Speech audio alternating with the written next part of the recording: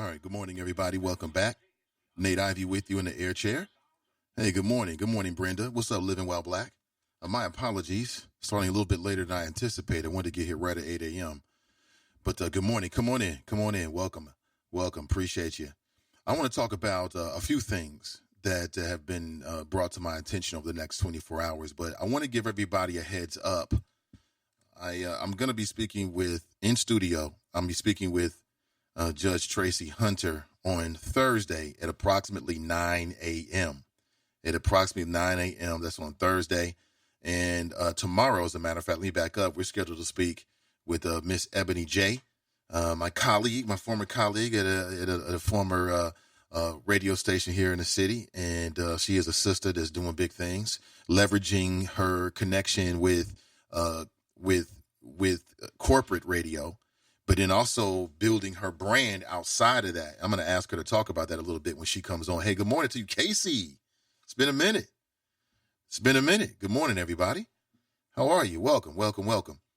And so that's a little bit of the lineup. I'm also going to be reaching out to some other folks on Thursday as well who could accentuate and give their own experiences about what's going on with Tracy Hunter. Now, you know that the Cincinnati NAACP, they've got a petition that they're really circulating in the community.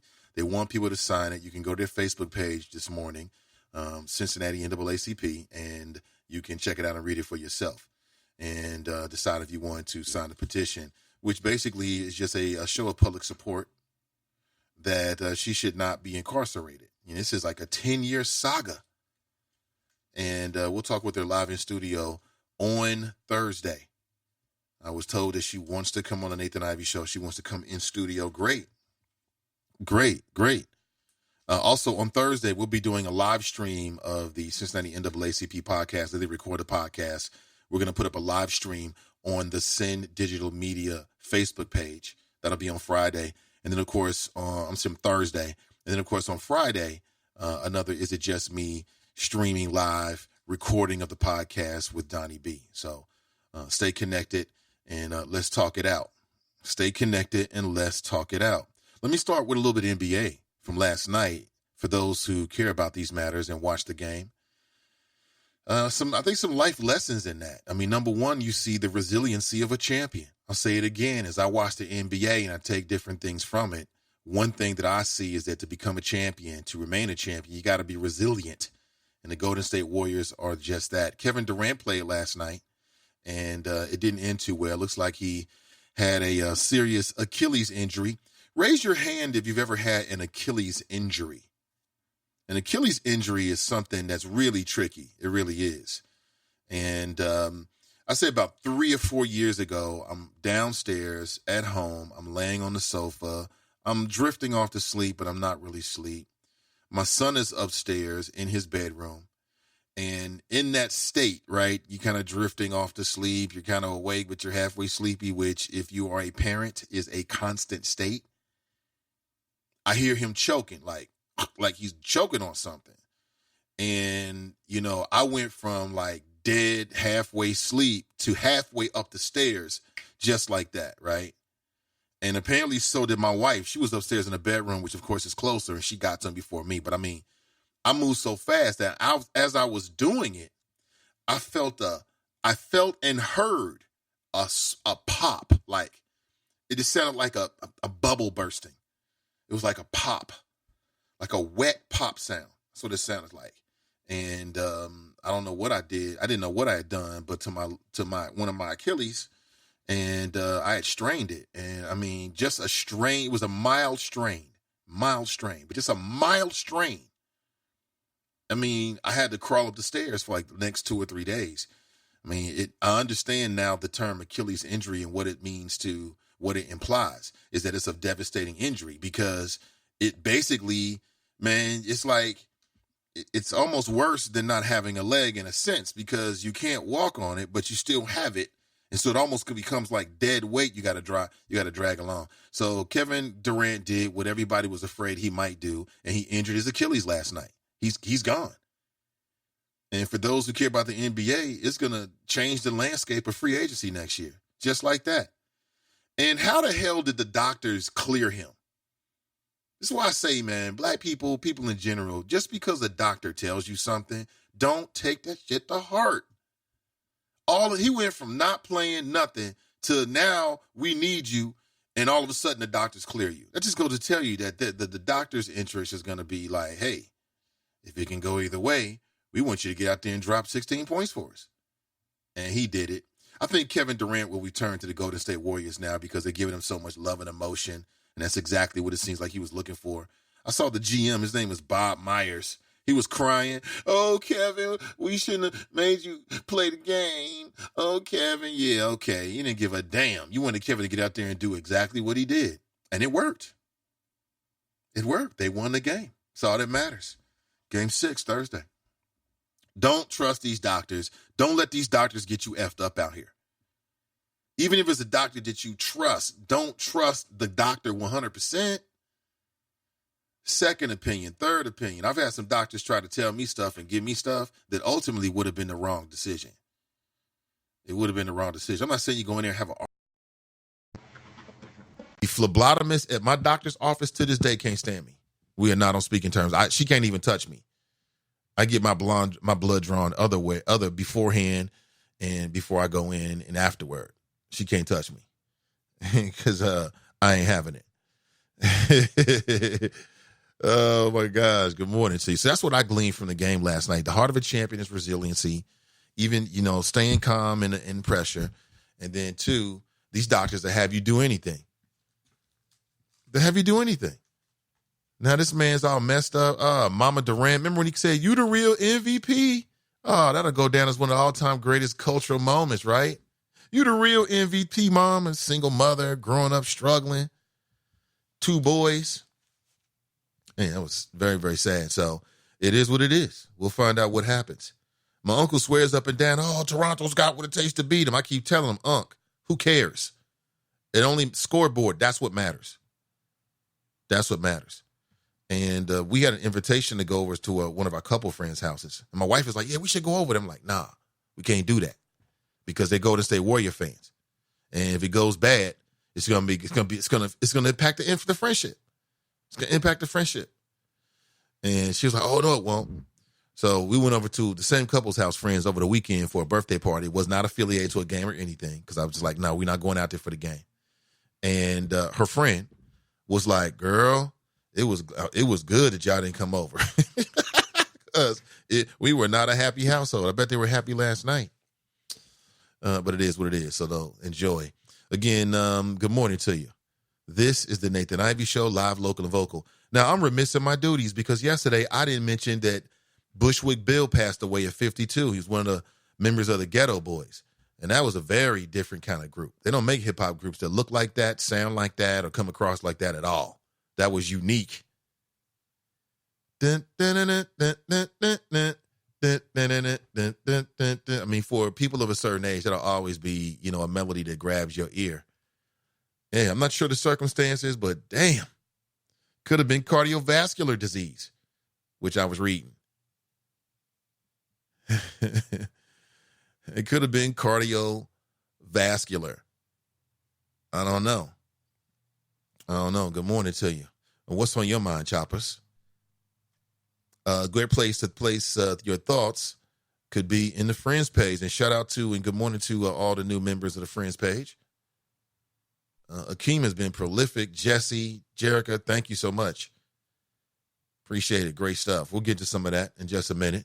And good morning. I want to welcome in all the people coming in. 3 things that you can do today to affect the system. And 1, you can sign a petition. There's a lot of petitions going on out there. You should sign a petition that, is in jives with how you feel about whatever that particular issue is. I know that they're circulating a petition right now for Judge Tracy Hunter. That might be something you might want to sign. Or maybe there's another one that I think there's strength in numbers. I think that goes a long way. You can start a petition. You can start your own petition. Yeah, why not? Put it out there. Never know what might happen. Shout out to Ask Ashley with the Monday Night Juice. Who posted this? Akeem. Akeem is everywhere, man. In terms of, he knows a lot of people that are doing shows and stuff like that. Shout out to Ashley doing her thing. Monday Night Juice. I'm going to go over there one day.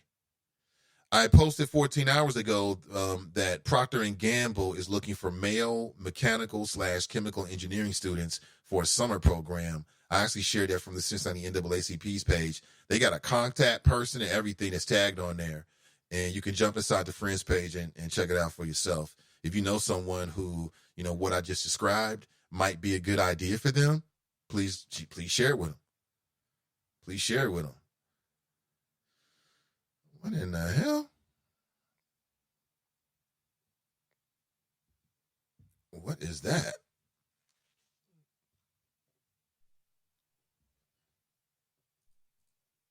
Good morning, everybody. So you see, Brenda writes, good morning, Nate and the Choppers. Good morning to you. She was first inside the Chop Shop this morning. Living While Black writes, yo. Well, yo to you too, Living While Black. And Pat writes, good morning. And good morning to you, Pat. Living While Black writes, Nathan, did you get my email? I don't believe so. Let me double check real quick. I don't think so. Hold on, Living While Black. Let me double check while you're right there. See here. No, I don't believe so. No. Casey writes, good morning. Ray writes, good morning. Nathan's, let me post my email right here. Hey, what's up with you, Brian? I knew I'd see you this morning. flow@gmail.com. And this is my personal email, my longtime personal email. There's a video on Twitter of a close-up of KD's calf having a violent reaction to him preparing to drive to the bucket. When the calf muscle contradicts too quickly, the Achilles pop. I saw that. I saw it in real time. No, I take that back. I saw it in slow motion when I saw the replay video. I was looking at his legs, and you could see his calf muscle. I said to the wifey and little Buddha, we watched the game together last night for like the first time, and all series long because usually they be in bed and I'm doing other stuff. But I did catch like the first half live, and I caught everything else later. And I did see Kevin Durant, and you could see his whole calf muscle was just quivering. For folks who into those kind of things, go check it out for yourself. Wherever they see it in, a replay, you can look at his calf muscle. It's like quivering, like, left and right, very, very violently. And that was it. A lot of people thought he should never came back. He's put his whole career on the line. So I think that means that Kevin Durant will be coming back. He'll be staying with Golden State. Can believe that. I don't know. It was great drama last night. There was a time when you thought the Claw was going to bring it home, but, champions do what champions do. There's a reason why they're on top. It's a reason why. Warriors out there living up to the name. Dear white people, make your white friends watch When They See Us. Yes, how many white people are watching When They See Us? When white people watch When They See Us, what does it do for them? And again, the kind of white person that's going to watch that is probably the kind of white person that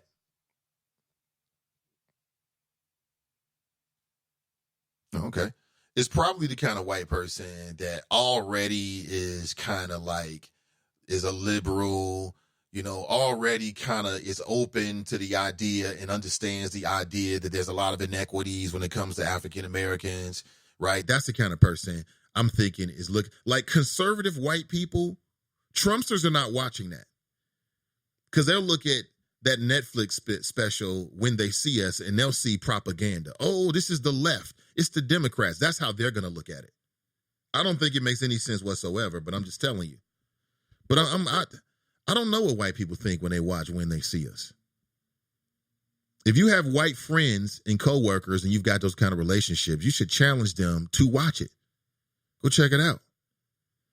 And again, don't let people tell you that this is something that happened many years ago. This is really an indictment on the criminal justice system since the beginning of the criminal justice system and even to this day when it comes to people of color and African Americans. That's pretty much what it is.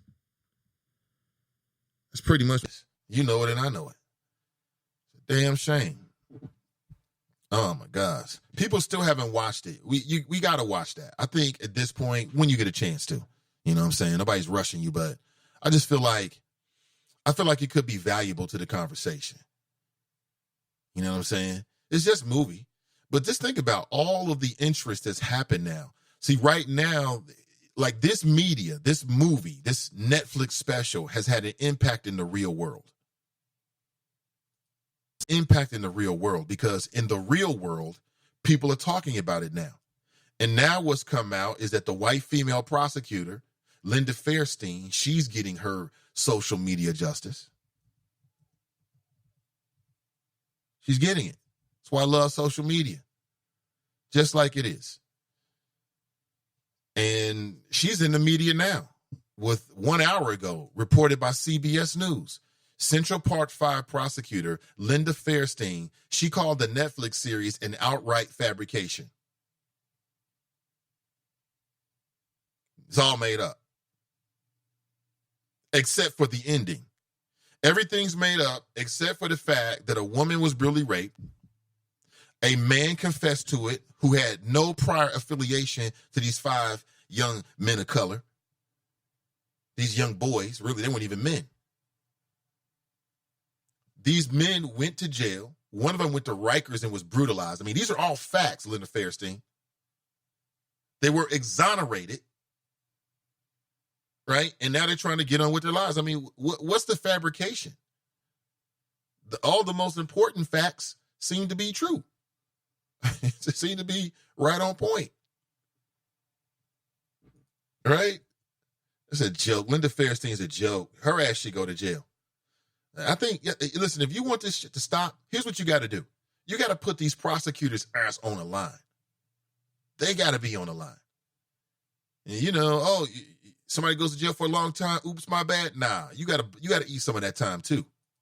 In a more just world, when we go back over these cases and we find out that prosecutors didn't do their job, or that police officers lied and when it leads to somebody going to jail, then they should cut some of that time. They should do some of that time with them. And that'll stop it. That'll stop it. It'll be the end of it. But look at what's happening now. So now there's been a national conversation about the Central Park 5 because of that Ivey and Netflix special. Talk show hosts all across the spectrum have been talking about this, and for good reason. As a matter of fact, Daniela Bailey, who we all know is a lawyer, she is going to do a several-part series about the Central Park 5, but she's going to bring it home to where we live in Cincinnati and talk with lawyers, talk about the system here, and do a compare and contrast with the Is It Just Me podcast. Again, we'll be streaming live on Friday.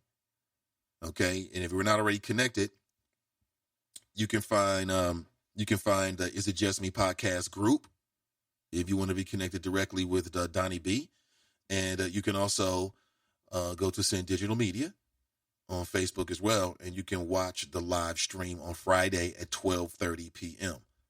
Okay, so that'll be on Friday at 12:30 p.m. And we need the ladies to represent. All my female listeners, I need you. If you have time, I need you to listen, check out our flow. Interaction is always helpful, and a phone call just to say what's up, is great, especially if you got a comment or a question. That's cool. I want to thank all of the callers so far who've been, our regular phone call folks, which I appreciate, and thank you so much. Again, that's Friday at 12:30. And if you miss it, okay, great. It'll be up on the page, and you can check it out later. Yeah, appreciate you. But that's good media right there. So here's powerful media from Netflix that reinvigorates a conversation about the criminal justice system, which we all know needs to be reformed. You show me somebody who's happy with the criminal justice system, and I'm going to show you either a damn fool or a racist. It's either or. Either a damn fool or you're a racist. That's it. So talk show hosts all over the spectrum have been interviewing members of the Central Park 5. They've been talking with Ava DeVonay. They've been talking about the show. They've been following what's been happening, and things have been happening. So now there's a push to reinvestigate all of the cases that the prosecutor involved with the Central Park 5 case ever dealt with. And I think this is a good thing. I think when you find out that there's been some great injustice, or that people have been incarcerated, or that you find out that an officer or an officer of the court has not lived up to their duty, and or they was on some F-ish, you know what I'm talking about? And somebody goes to jail, or somebody is unjustly, incarcerated, there should be a full investigation of every case that person has ever been involved with. Because something tells me, where there's smoke, there's fire. You're going to find more of it.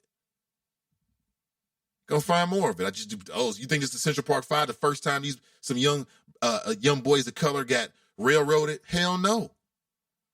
You tell me that the officers involved, the prosecutors involved with the Central Park 5 case, you telling me they retired, locking up people for no reason, just because it makes them feel good? Oh, we think you did it.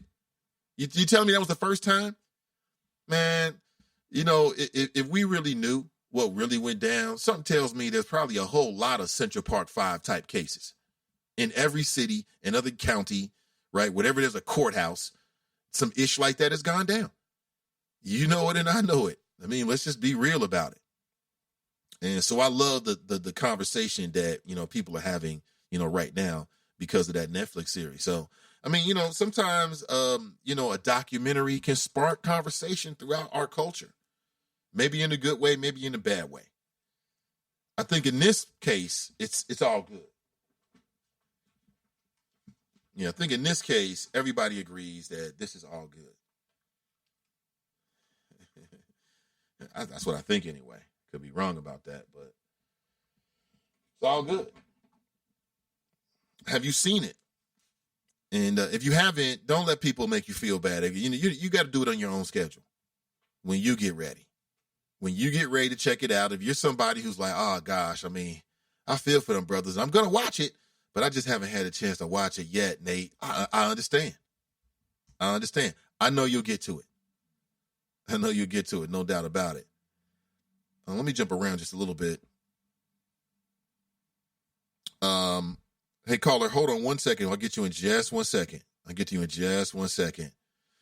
Overnight, number one, within the last 24 hours, there's been an individual who has been arrested for one of the shootings that we were speaking about yesterday's show, right? So police are investigating more of these shootings. The community is still asking the question, what's going on? What do we need to do about it? What can I do?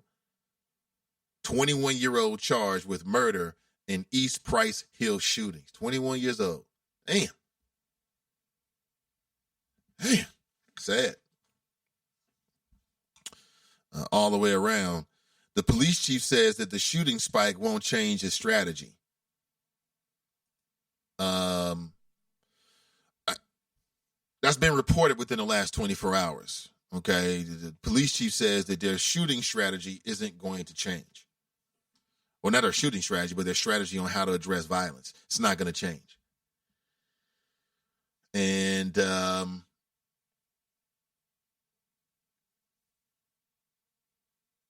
don't know. How do you read that? I mean, is that Chief Elliot Isaac just being real with you? Because from his perspective, apparently back on Monday, which was yesterday, Chief Elliot Isaac, who is a black man, if you don't know, he is an African-American. He spoke to city council on Monday morning about the recent spike of shootings in the city. And there have been 35 in the last 30 days. And he said that he's confident, or what's being reported is that he said to them that he's confident in his policing strategies and there are no plans to change them. Quote, very confident that we have the strategies in place to mitigate this.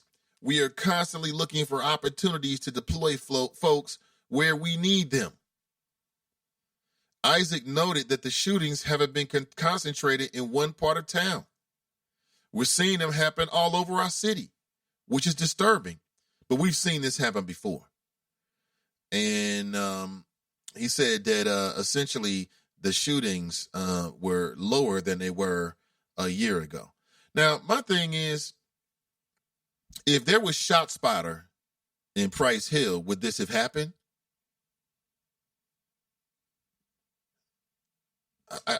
they got shot spotted over in Avondale, and apparently it's had a huge impact.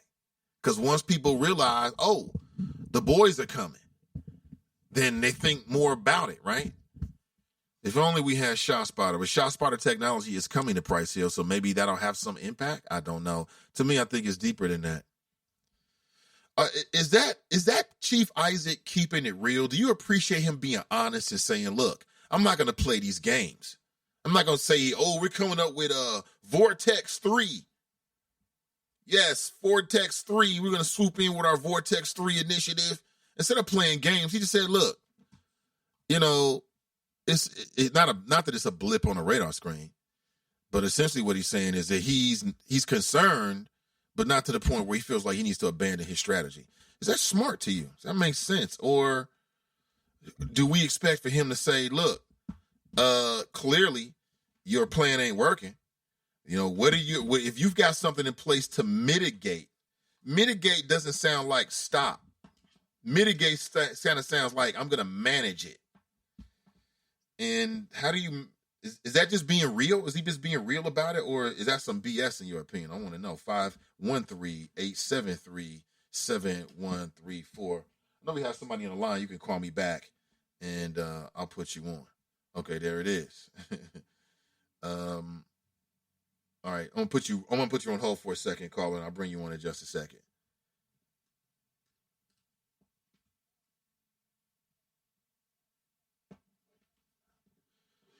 And so think about that. Is he just keeping it real?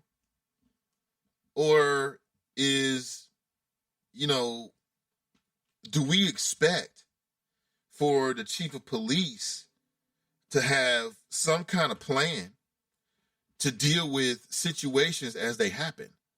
You know what I'm saying? I get it. You're that guy. You don't really feel as if, you need to you need to change everything that you're doing right now. Okay, I can appreciate that. But if that was a family member of mine, and you can say it is, but wouldn't you expect something a little different? I don't know. I can't roll with the chief on this one. It's kind of like he's kind of saying, like, I don't know. It sends the impression that there's a level of, like, not really concerned about it. Whether that's true or not, I can see people having that perception, and I can understand why they could have that perception. All right. Let me go to the phones here and see who we got. Good morning, caller. Welcome to the show.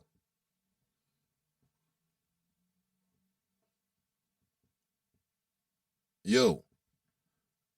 Call me back. Hold on a second. We'll get you on in a second here. We'll get you on. I think that's Drop. Hold on for a second, Drop. I'll put you on. But again, the chief says he's not going to change his strategy. Are you expecting that after 35 shootings in 30 days, that the chief of police of Cincinnati should change the strategy? Or do you appreciate him keeping it real and not trying to play games with the public, like he's going to come up with some kind of strategy that would ever, deal with this? I just remember, and I can harken back to Blackwell. And I'm just saying, I just remember when Blackwell was here, that who was an African American, and he came from Columbus, and he was the chief of police, and apparently he fell out of favor with the mayor of Cincinnati. Let's keep it real. He must have fell out with John Cranley, the mayor, because John Cranley is the only person who had, outside of the city manager, who was put in his place by the mayor, right? So John Cranley had a problem with him, and all of a sudden, every time there was a shooting, the city manager was there. Do we expect the current city manager to show up at these shootings? Has he been there? I haven't seen him in the media, but I won't assume that he hasn't been. And I remember that Chief Blackwell had to come up with like a 30-day, in 30 days, he had to come up with a crime plan because there were shootings in the city. And now, look how far we've gone. So now we're to the point where, we got a chief of police that hasn't had, he ain't got to play those games, at least not right now anyway. Fame writes, I think I read that already. Good morning to you. Good morning, CG Dub. Good morning to you, Mike. You said it, Nate, i.e. Kid. Wait till he try to make a hard drive, right? On KD, right? As soon as he makes a hard drive, there it is. And it was over with. You know what? I wasn't happy to see him go out. And did you hear the game? The announcers was on that BS. The announcer, the guy who does the play-by-play, he kept trying to make it seem like that the crowd was happy about KD. That's not how, I didn't hear that. I didn't see that. I think they were clapping because, he was a warrior. He gave it a good try, and you hate to see anybody get hurt. That's what I think. But, he was stirring the pot. Living While Black says they're going to resend. Okay, thank you for that. Appreciate it. Bunky writes, what's up, Nate and the Choppers? Who's cooning who this morning? I don't know. Fame writes, nah, CG Dub. They going to get this work. See, there you go. Crystal writes, good morning. Tanika writes, when they see us, I was like, this the whole time, right? In tears. I've heard that. I've heard people say they're in tears, and it's very difficult to take. I've heard that. I've heard people say that it's very difficult for them to watch it, and they feel like it's just a very sad story. You see these little boys, and I'm telling you. Let me go back because I want to make a quick point. I was listening back to the show, one of the shows recently, and I didn't completely finish a thought. So going back to the black, and this all ties back into When They See Us, the Netflix special. And I thought that the NAACP on, not the latest podcast, I think it was episode maybe 17, episode 16. I thought they did a great job of sort of breaking When They See Us down and kind of bringing it back to what's happening right now. Check it out. And so on the panel, they asked the question. The first question is, what does it mean to be a black man? And I've been struggling with something. I've been struggling as a black man, as a man of color, as an African-American, raising a little boy, a little brown boy. And he's at that age where he's all about the police, right? He just loves the police. He loves the police. I think it says a lot about the way police officers are marketed to our young kids. And at the same time, I think it says a lot about the sweet, innocent nature of, young boys. So he likes firemen, police. He's into all that kind of stuff. As I'm sure when I was a kid, I was as well. But here I got to deal with this harsh reality of what it actually means to be a man of color dealing with the police. And I got to teach this young boy all about it. Right? We were in a car maybe last week. He's in the back seat in his seat, and a police officer, a police cruiser, Cincinnati police cruiser, drives right directly past us on the right, and he lights up. Oh, Daddy, it's the police! He's waving. I didn't look back to see if the officer waved or not because I was driving, but he's waving and enthusiastic, and I'm thinking to myself, I got to tell him the truth. I mean, it's gonna happen. But, that's what it means for me to be a black man, raising this young boy who will be a man one day, and having to be real with him about the realities between his perceptions and the reality of what it really means. Yeah. And that's something that white men don't have to deal with their kids. If you're a white dude with a 4-year-old, that's probably not the number one thing on your list. You're not worried about necessarily his interactions with police. So if you got a 4-year-old white boy, right, young white male, then, he's playing police, as a father, I wonder if that's something they even think about. Something tells me no. As a black man, yeah. As a black man, yeah. And it goes right back into When They See Us. That could be your kid. That could be my kid. That could be your child. It could be your grandbaby. What's going to stop it? What have you put in place that will prevent that from being your kid? Because those young men just got swooped up. They had nothing to do with it. They got swooped up and railroaded by the system in modern day times. And the man who was one of the grand wizards in terms of, whipping up, people's emotions is now the president of the United States. Only in America, I'm telling you. All of that is just a sign of the apocalypse. But ask yourself, what would you do? What have you put in place so that if somebody who you love gets swooped up, looking bad legally, legal fees mounting, what you going to do about it? What do you have in place? What kind of support system do you have?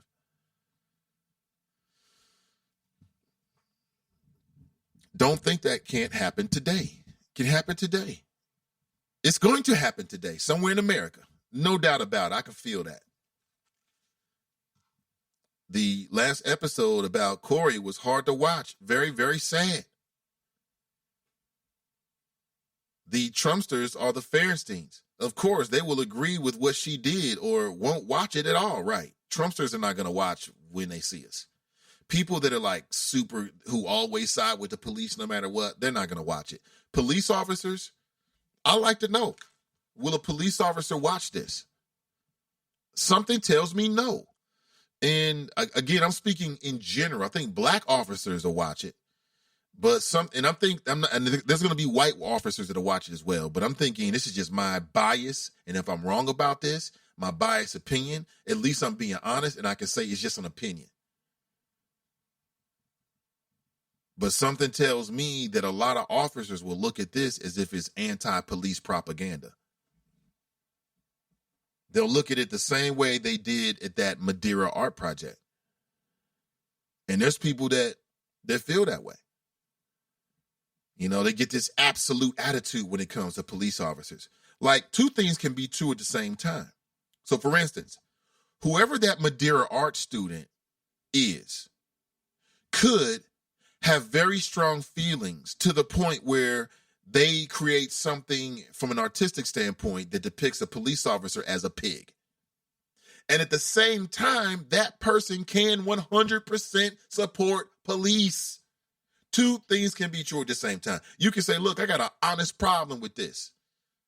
I got an honest problem with what's happening with law enforcement, but you still support law enforcement in terms of what they do.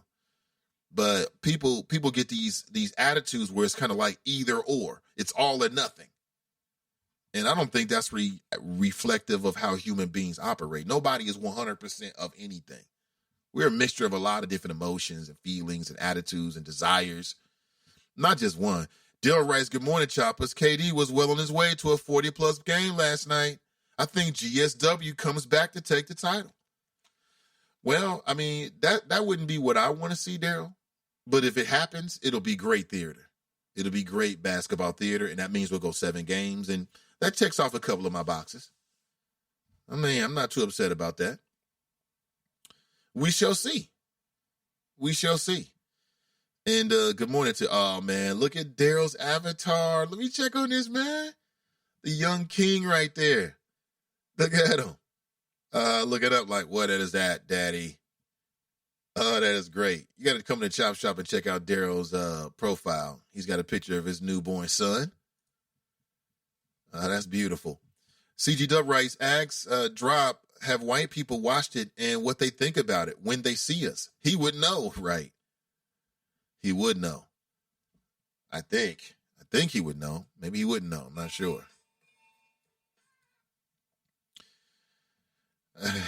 He might know. Tanika writes, it was the worst. I cried for him. I'm tearing up now at Living While Black. Yeah, I'm the same way. I get emotional when I see stuff happening to black people. It tears me up. I am not above it. I'll be in tears sometime. Like, oh my God, what's happening to us, man? Wishing you could do something about it, right?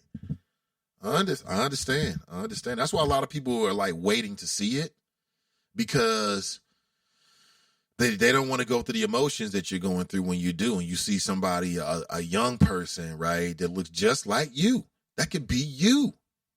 Like I told you about my experience. Somebody stole I was younger. I was in my 20s partying, whatever. I'm on Short Vine in Cincinnati, and I lost my wallet. I was smart enough to report it immediately. And what I found out later is that whoever picked up the wallet got arrested that night. And when he got processed, he used my ID, told him he was me. I had no idea about it. I'm in my grandfather's house, my grandparents' house over in Walnut Hills. I go to the door. It's a white male police officer. I'm shocked. I'm thinking, what's up? And when he said my name, he was looking for me. I was like, what? Really? Couldn't understand it. I was blown away. Apparently, whoever got arrested under my name didn't go to court, obviously. And you know, when you don't go to court, what happens? Bench warrant. So there was a warrant out for me. I had no idea. True story. None. So the officer, I guess he picked up on it like, damn, I think I believe this dude. So he just cited me back to court. And as we're standing on my grandfather's porch, a black officer comes from around the house who was staged behind the house thinking I was going to try to run and run right into him. I didn't even know. I'm sitting at home, police surrounding the house, at least 2 officers. But they picked up on my honest vibe. He was like, okay, you seem honest. My grandparents came out and vouched for me. They was telling me the whole story. I'm like, nah, I don't even know what the hell you're talking about, right? The night when this allegedly happened, I was at home with my grandparents. Both of them could vouch for me. Was watching baseball, actually, World Series, right? And so I went down to court by myself, sat down there for hours and hours. I'm sitting down here just trying to get to my case so I can get the hell up out of here. You know what I'm saying? They never called my name. I sat down there the whole time. You understand how long that is to sit down there through the whole damn docket? It was the worst thing ever. And it's just the worst ever. Finally get to the end. There's a white female officer there. They called me up to talk about the judge. They pull up and then all of a sudden, before they call me up, the assistant prosecutor starts, murmuring talking with this officer. I didn't know who the officer was. Guess what happened, y'all? Well, apparently whoever the victim was didn't show up in court that day, so they just let it go. I'm like, that ain't good enough. I want the whole thing white clean. So the arresting officer was a white female. I go over to her and introduce myself. I'm like, well, here's what happened. You know what the officer said? Get away from me. Get away from you? You're lucky. It was you. You're lucky the victim didn't show up. Get away from me. Like she was mad. Wasn't even me. I guess we all look alike. And I'm Mr. Joe, average clean record guy. Could you imagine these brothers has had a little bit of problem? I'm telling you, the system is unfair. That was about to be my time. It wasn't even me. The officer came down there prepared. I never seen this one before, this officer. She came down there prepared to say it was me. Now, what would have happened if the victim of the crime had showed up? And maybe they were a little bit unsure. And they said, that's him. That my ass would have been toast. Period. Just like that. So if it can happen to me, it can happen to anybody. I understand it. Just like that. And unless you got things in place, your ass is grass. Simple as that. Just like that. Yeah, man, it scared the hell out of me. I'm like, whoa. Damn, it can happen just like that. She was mad. You're lucky. Get away from me, she said. Get away from you? We stood in the courthouse. You think I'm going to attack you? You got a gun. We're standing in courtroom C. What do you mean get away from you? I'm trying to get to the bottom of it. But see, that's how members of law enforcement, some of them, act toward these brothers. They come at them with attitudes off the top. I've seen it. Not all of them, but too many of them. And when you got the law on your side, you already know. That's the way it goes. The judge goes in there. He knows these officers. They work hand in hand as members and officers of the court. The judge is going to be more likely to take whose case? That's why we need judges who understand the system. I'm very partial to judges that have defended people. You know what I'm saying? I understand the experience of being a prosecutor.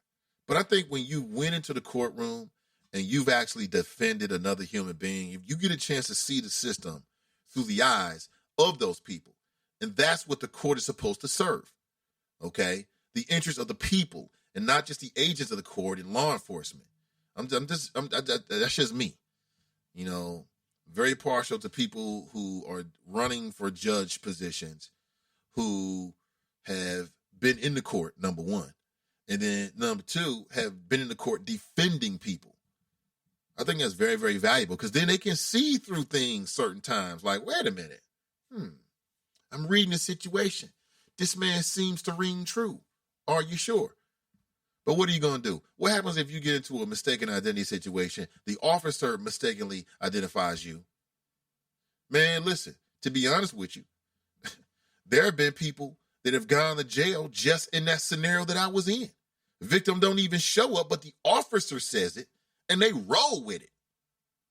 So I count myself as very lucky. I think there's a lot of black men, if they told their stories, have had, run-ins or close calls or things like that, man. It's crazy out here. It's a wild, wild work. It's a wild, wild west. Nate is crazy. Ain't no white person gonna watch it unless you married to black folks. Gary Owen laughing. You are funny for that one. Unless you married to Gary. Somebody should ask Gary Owen, has he watched? I mean, since he wants to use the N-word, if you're going to use the N-word, it's got to be more than just you talking. You got to take the burden, too. You must watch When They See Us, and you must watch it surrounded by black people, vocal black people, so they can let you know. Now, I bet you there's white people that's watched it. And again, these are white people who are already like liberal, progressive. There are white people that are part of Black Lives Matter. So those kind of white people watch it because it's who they are. It jives with who they are already.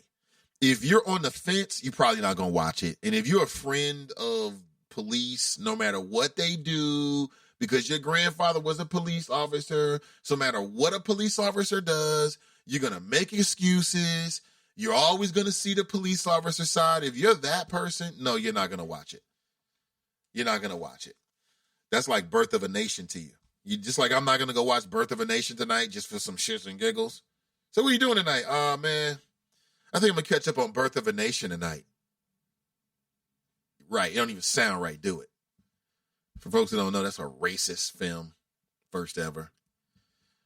Dale writes, just think the only reason Corey agreed to go to the police station was to look after his friend so he wouldn't get in trouble by his mom. Right.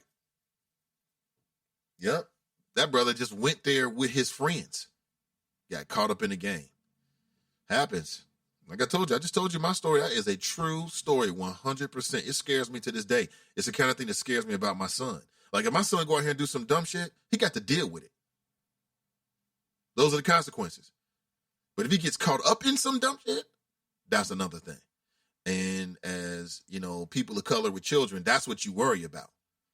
Listen, I had to take my load for my consequences. You're going to have to carry your own burden, Atlas. Put up on your shoulders, handle it. But if it's nothing, he didn't do anything wrong. Could you imagine as a parent and your kid didn't do it? Your kid's sitting in Rikers and you can't do nothing about it. Your tears don't mean a damn thing. You don't have no connects. Nothing you can do. Your connects them can't do anything about it.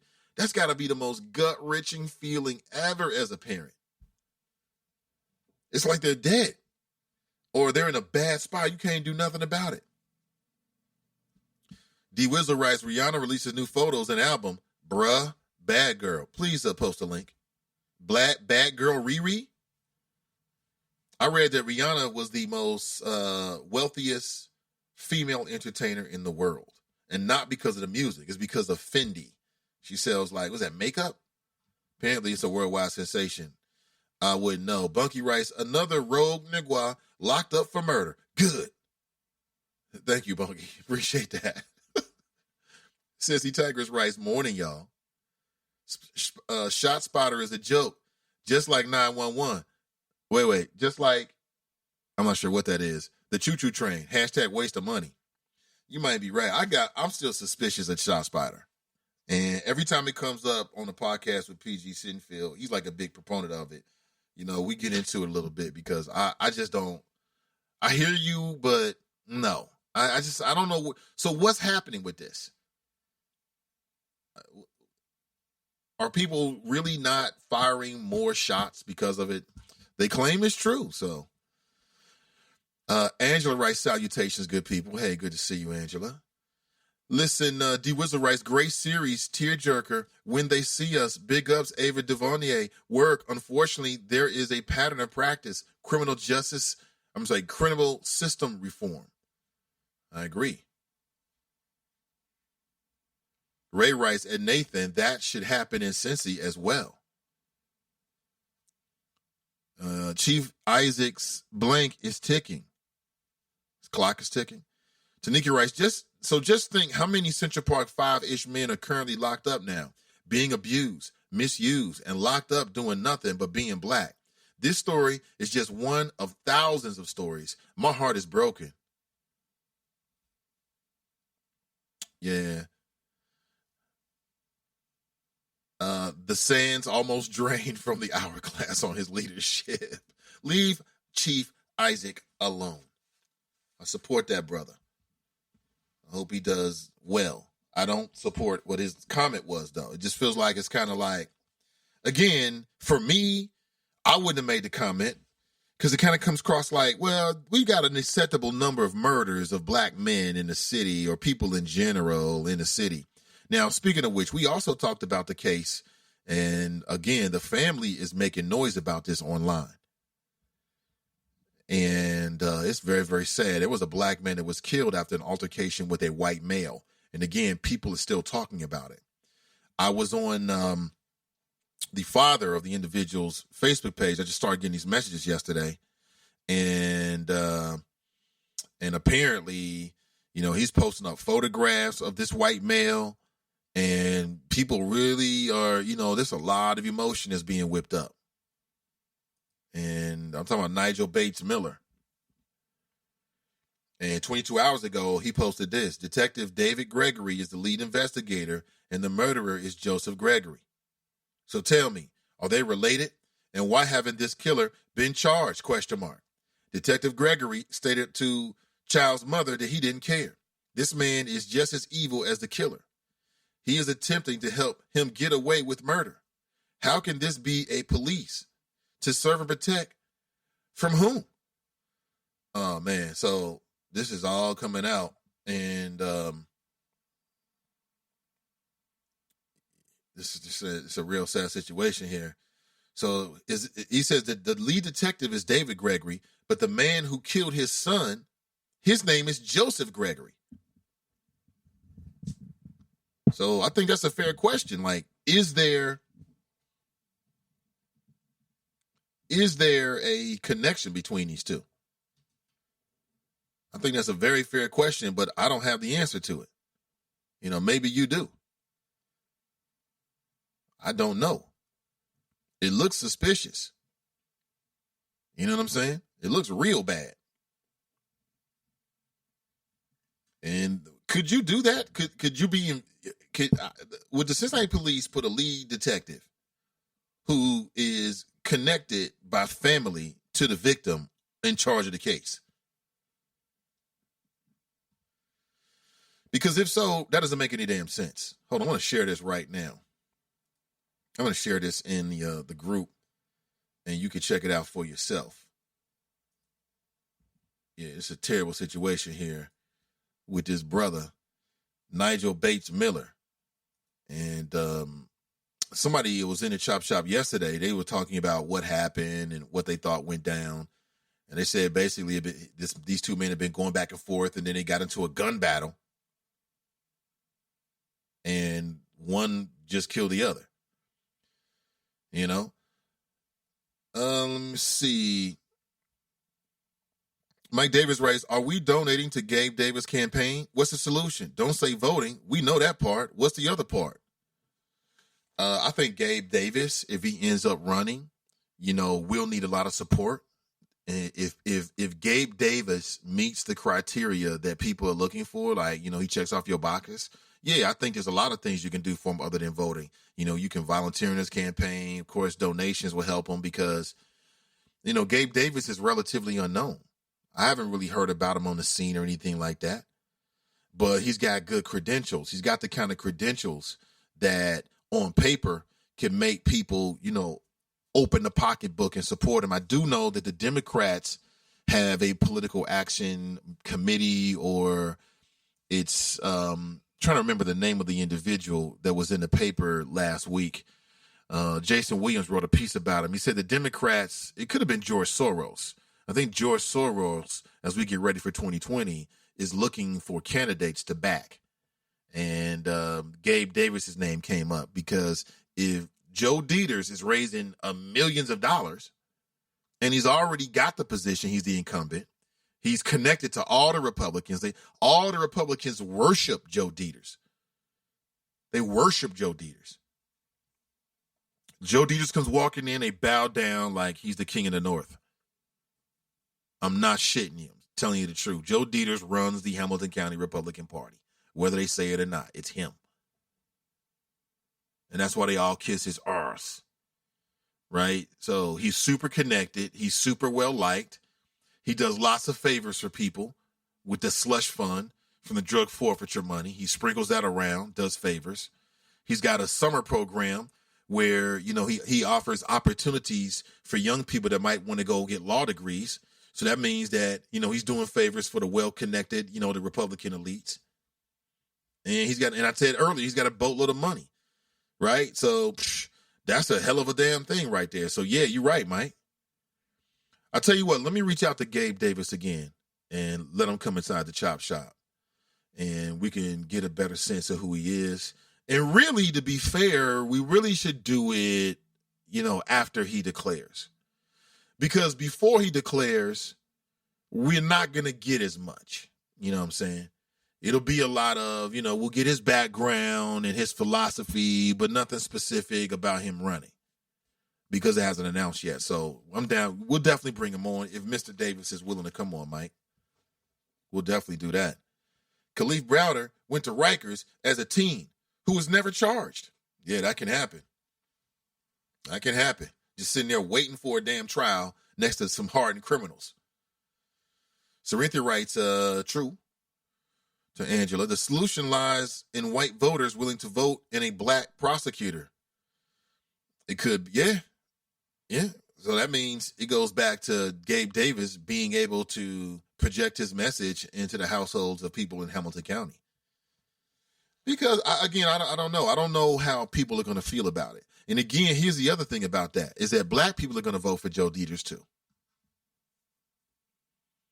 They're going to vote for Joe Dieters in two ways. They're going to vote for him outright by actually penciling in the box next to him. And two, they're going to vote by no voting.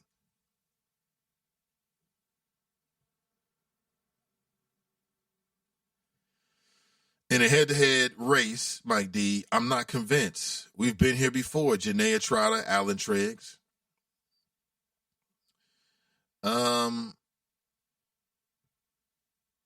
Somebody writes, build up the community, not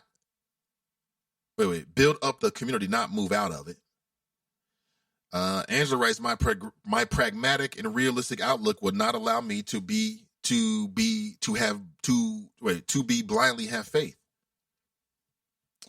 Nate, somebody knew your record was clean. That's why they gave your name. Well, that's not what happened. What happened is I had my wallet, I'm running and gunning. Wallet falls out. Somebody picks it up that had criminal intent. The person that picked up my wallet, as the story goes, got into an altercation at a restaurant that used to be in a place called Short Vine here in Cincinnati. It's a couple blocks over from the University of Cincinnati. I think I was in college at that point. Yeah, I think I was. And they got processed. The police looked at the ID. Yeah, that's him, right? Yeah, we all look the same. Or maybe he looks similar to me. I don't know. He got processed, used my name, the whole 9 yards. I had no idea about it. I had no idea. Because the system assumes that they're dealing with the right person when you get a name or they book you. You don't get like a life alert like, hey, to your email. That was way before that. Both are really close races, Angela. We can do it. We must donate and volunteer to Dieters' opponent.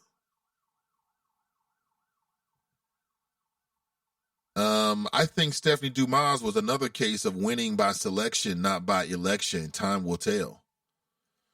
Well, I mean, who selected her, though? Yeah, we had this conversation before about Barack Obama. I remember now. Yeah, but I challenge that. I don't see that happening. Because who would select Stephanie Dumas? That's number one. Number one, who has the power in Hamilton County to say, you know what? We're going to elect this black woman to Hamilton County Commissioner. I think it was all just timing. I think it all just came together. I think it all just came together. I think it was not just her, but I think it was also, what her opponent did or did not do. I mean, Monzel didn't run a good campaign. I think he took a lot to be granted. I think he got lazy. I think he kind of took it for granted. Or maybe he was half-hearted and didn't really want to be a commissioner again. But my question is, for everything that we see out here, who's out here choosing black people to be the commissioner just because? I think she called lightning in a bottle. And sometimes I think that's how elections are. Because whoever is making these decisions, we need to get them to make some other decisions in some other places. Let me see. Right, CG Dub, I don't care who dude is either. That's why I say Danietta, because we know where she stands. Of course, I'm still trying to talk Rod Harris into it. Well, I mean, the Democrats were successful in getting some movement with the local judges. So as the next election comes around, we're going to need to make sure that we have people that are willing to represent us right now. And it's not about what they did in the past. It's not about what they did and, what they claim they're going to do in the distant future. It's about what they're willing to do right now. Are they willing to represent the interests of black people, of African Americans, people of color here in these local issues?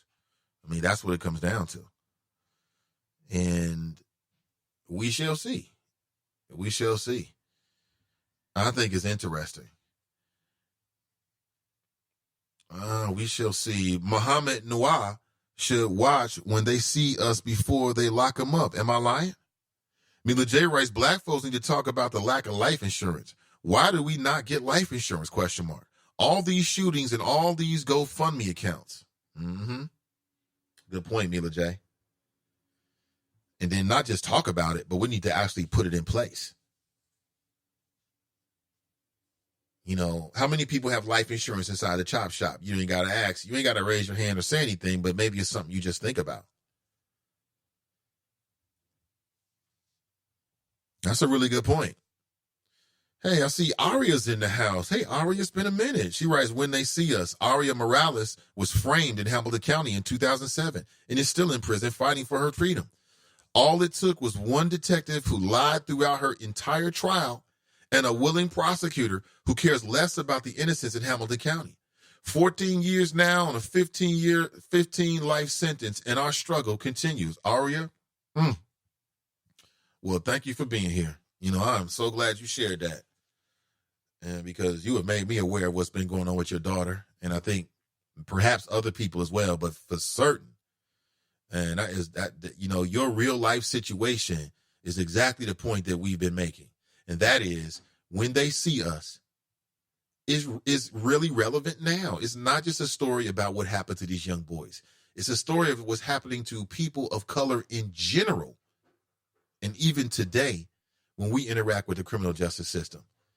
And Aria, listen, I would love to catch up with you and get your story and put it out there so folks who may have either forgotten it or just haven't heard about what happened with your daughter. Man, Tanika writes, so true. It's the most important insurance you need. Let me see here. Appreciate that. CG Dub writes, get your boy from the Inquirer to look into the story, Nate. Nigel Bates Miller, I will. Yeah, I'm gonna catch up with Kevin this week. I think that's a really interesting story.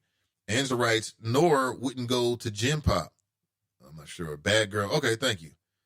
All right, thank you for that link, D Wizzle. I'm following it right now. Appreciate it. It's a man who knows what's important.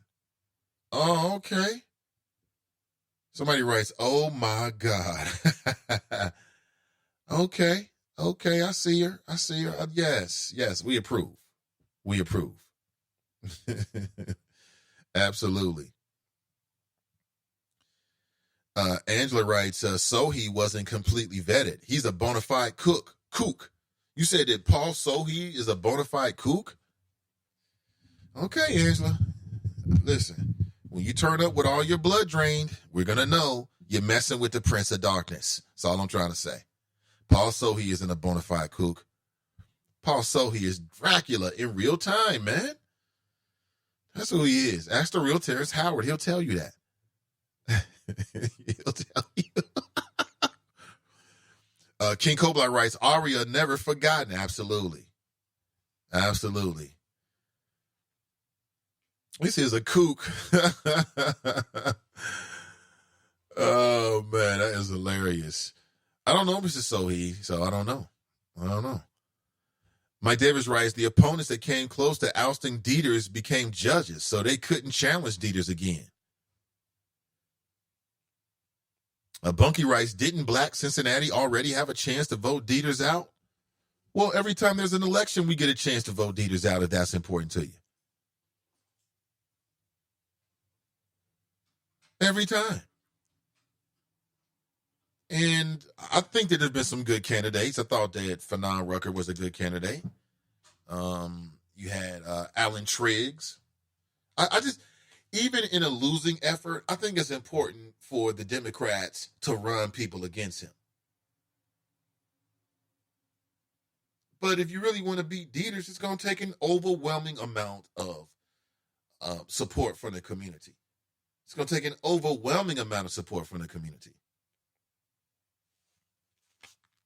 Overwhelming.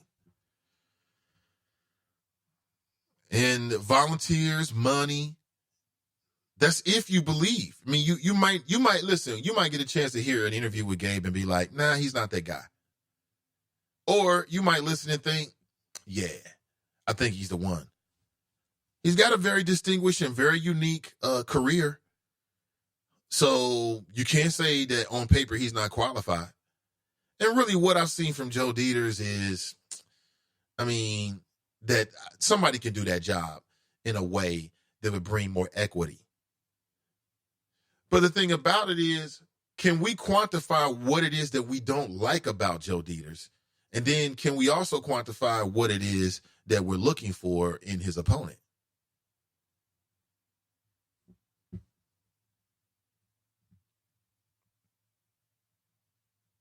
Yeah, I'm just saying. I mean, that's a very important, first step. People say they don't like Joe Dieters. Well, what don't you like about him? Like, what is Joe Dieters doing today that you don't like? Or is this an old beef? Like, I don't like the way he was a part of Tracy Hunter. Okay, well, great. That's fair.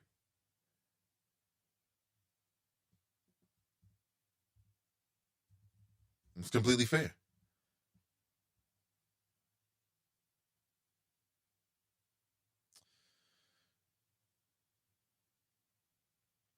All right, let me move on here. I see several of my female listeners had posted about Wendy Williams. Apparently, this is some big deal, right? Apparently, she met some new dude and posted a photograph of them like chilling at the lake or something. And everybody's talking about this mystery man. I was looking at some of the comments and women are like, oh, girl, I'm glad you happy. See, there we go again. It's some women out there who feel like they can't be happy unless they got some dude on the arm. I guess there's some men out there who feel like they can't be happy unless they got a woman on their arm. And all you doing is setting her up for failure once again by investing in what somebody else is doing for her rather than what she's doing for herself. That's all it is. I'm looking at the photograph here. Oh, this is so great. Oh, Wendy Williams got a new man. I'm telling you, that the women get psyched out on that BS real quick. Oh, he looks good, girl. No, you happy. Maybe. He might be driving you nuts. This kind of goes back to, there was a viral video that came out about a year and a half ago, maybe even 2 years. And it was a black woman, and it was the day she graduated from college. And her busted ass boyfriend decided that was the day that he was going to propose to her. So he basically upstaged her by proposing to her as if the day this woman is graduating can only be better because some dude says he wants you to be his wife. It's the same thing. It's the same mentality. Stop psyching women out. You don't need no damn dude to be happy. Let it go, ladies. Oh, it's her graduation day, and she got engaged. 2 for 2. 2 for 2? No, it's not 2 for 2.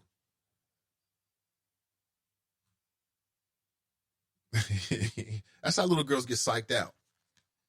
They're watching their aunties and their mama's friends run around here doing all these dumb stuff for dudes that they ain't really checking for you. He's just not that into you.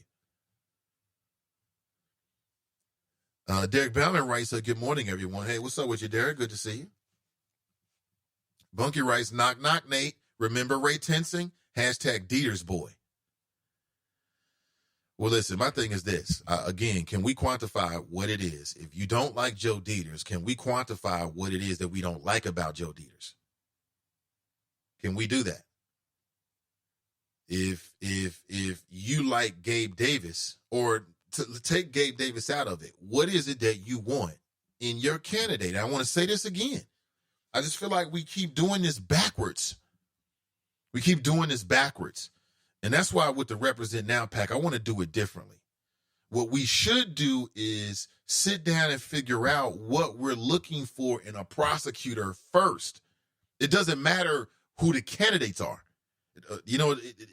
It's what you're looking for. And then we try to figure out whether these people fit what we're looking for.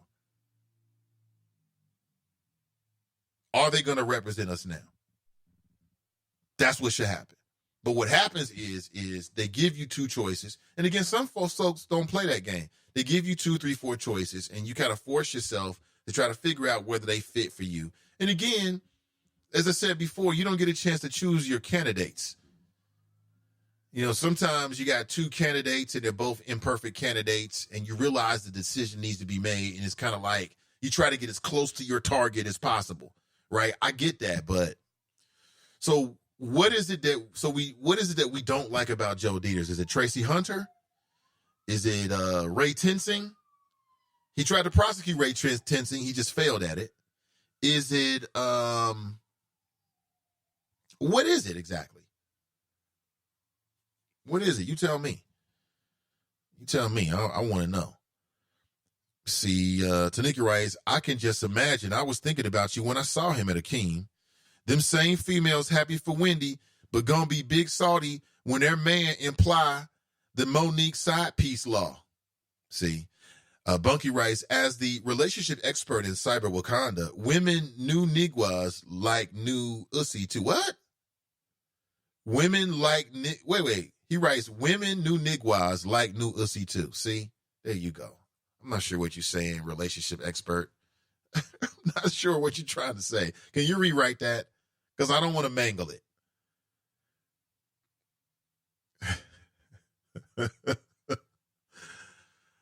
Oh, man.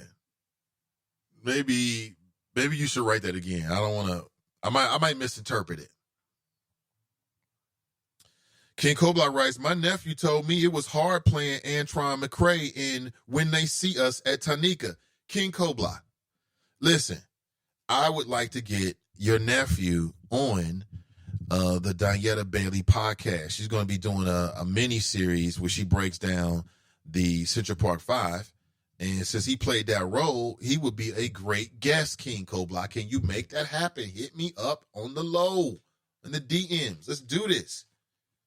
And I told you, my daughter loved the movie Overlord. She loved it. I love the ending of the movie Overlord. It's not every day when you get a movie that nature and the black guy saves everybody and he's the hero. I didn't spoil anything for you, trust me. So let's hook it up. Clue Magic writes, did he fail prosecuting Tensing, or did he take a dive?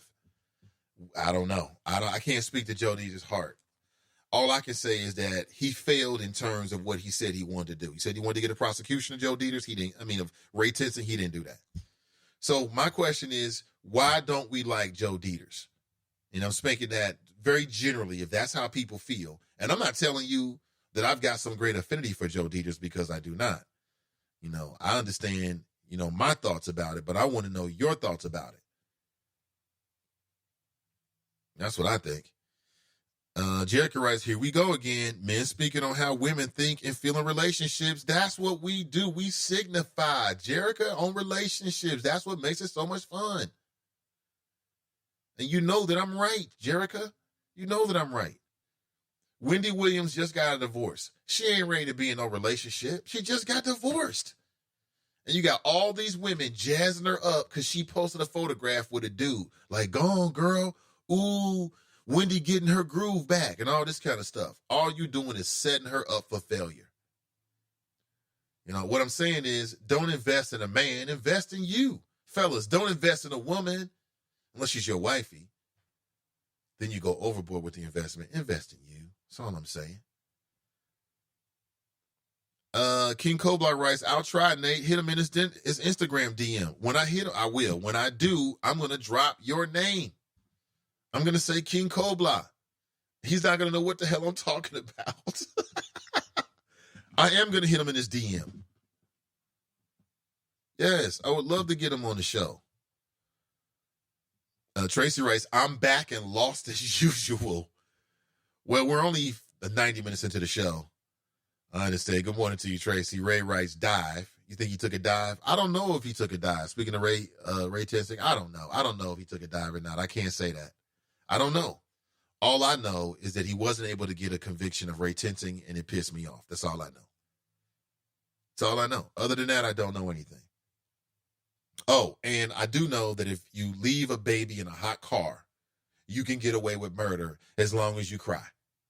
I didn't mean to leave my baby in the hot car for 8 hours when I was at work and the baby's in the parking lot. I just forgot. You can do that and get away with literally murder if Joe Dieters is the Hamilton County prosecutor. So I'll say it again. I don't know what criminal endangering is in Hamilton County. I have no idea. Because if that's not criminal endangerment, then I should be able to take my son who cannot swim, put him on my back, go down to Sunlight Pool, go to the deep end, the 12-foot deep end, and just forget him and dry and swim to the side and go get some drinks. And I just forgot my son. He's at the bottom of the damn pool. No parent does that. There's no difference in what I did. Those are the two scenarios. You leaving your kid in a emergent situation, a hot car, in the hottest month in Cincinnati, talking about you was at work and you forgot. Nobody's job is that involved. Nobody's job is that deep that they forget their kids. I will never believe that as long as I live. That makes no sense. I have 2 children. It's never going to happen. It's never going to happen. Now, I can't admit, when little Buddha was born, we took her to Kroger, and we both got out the car, and we took a couple steps away from the car, and then we both remembered that we had a baby. And then we, literally, I took a couple steps from the car. That was like the first time ever I took little Buddha out. And it's the only time it's ever happened. I've never forgotten her. Oh, hey, I'm going to leave you in the back of the car. It's only 99 degrees today. I'm going to go get some ice cream. I'm hot. And leave my kid there. It's crazy. So I hold that against Joe Dieters. We know about the persecution of Tracy Hunter, who will be my guest in studio on Thursday. You check it out. But other than that, I don't know.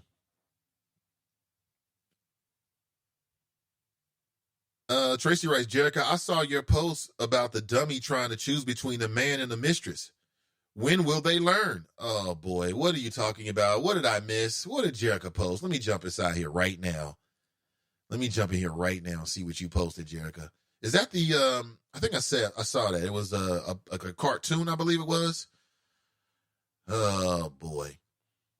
Shout out to James Pitts. He just posted this. Siri, I'm getting pulled over is a new shortcut for iPhones that can automatically record the police.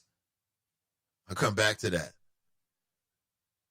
The Central Park 5 was awarded an additional $3.9 million settlement from New York for wrongful imprisonment. Who posted this? Chuck. What up, Chuck? He posted something about the stadium. I did get a chance to watch the I-Team last night, only because it was the end of the game. And it was quite interesting. Oh, man, I thought about Michelle Dillingham. Michelle Dillingham has been talking about the tax abatements. She's been talking about how FC Cincinnati is not paying their fair share, and others. But in specific, she's been really pushing the tax abatements in the relationship with CPS. And the I-Team picked up on it last night, and they were talking with a guy named Jeff Capel. Hold on, who I think we're connected on on Twitter. I'm not sure if I've ever met Jeff before. But he was talking with it. It was super good. It was short, but it was good. And basically, FC Cincinnati is trying to get away by not paying their fair share of taxes. through multiple legal maneuvers using the Port Authority. They asked Jeff Birding straight up, is this a maneuver to not pay taxes? What did Jeff Birding start doing? This is Jeff Birding. Well, it's illegal. It's a tool that the state gives to the Port Authority. It's a tool. It's illegal. So basically, these super big money, some of the richest people in Hamilton County want to start a soccer team. I mean, they want to move up to Major League, right? And they want to get a brand new stadium, and they want the taxpayers to take it. The I-Team said it's going to save them about $4.4 million a year. What are we talking about? Well, if you don't know it, allegedly, the stadium is going to be owned by the public, allegedly. But you take your public ass down there and try to get access and see what happens. Central Park 5. That's what's going to happen, right? So what they have, and we've talked about this before, I just want to reiterate it, but what they have is 30-year, one-year leases. So every year the lease is up, then they sign a new lease. And this is a maneuver that FC Cincinnati has set up, and city leadership has rubber stamped this, that will allow FC Cincinnati to not pay about $4.4 million in taxes. Well, damn it, we should all get the same deal for any endeavor that we want. Yeah, we'll find out. Congressional candidate in Virginia admits he's a pedophile. What? TNT posted that 2 hours ago. I'm a pedophile. Admits he's attracted to kids. What in the... What? What in the hell? Bunky writes, Jared, could give your man permission to stop cooking for a second and allow him to soak up this game. That's funny. She got her man in there cooking. I'm not laughing. I'm not laughing. I am not laughing. All right, I'm looking for this right now. I'm inside the Friends page. I'm going deep inside the Friends page this morning. Let me see here. I know it's here somewhere. The King has been prolific. Crystal, thank you so much. Thank you, everybody. Ray, Glenn. I'm still going back. I'm still looking for it now. I know it was here. I just don't remember where it was exactly. I'm still scrolling backwards. All right. At some point, okay, maybe I'm getting closer to it.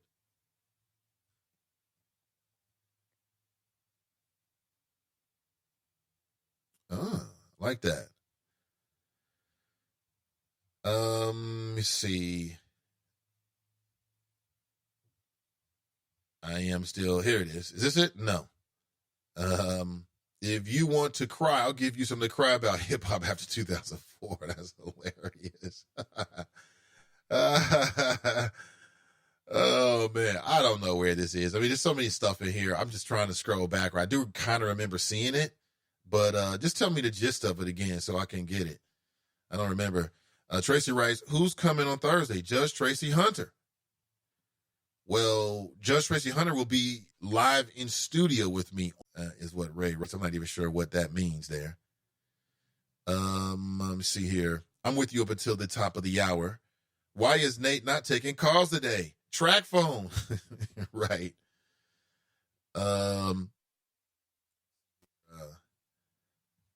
How much cocaine did you bring back into the streets to flood black communities for your military employer back in the late 80s when you were in Nicaragua? Who's he talking to? Who was in Nicaragua? Who was in Nicaragua in the 80s? Drop?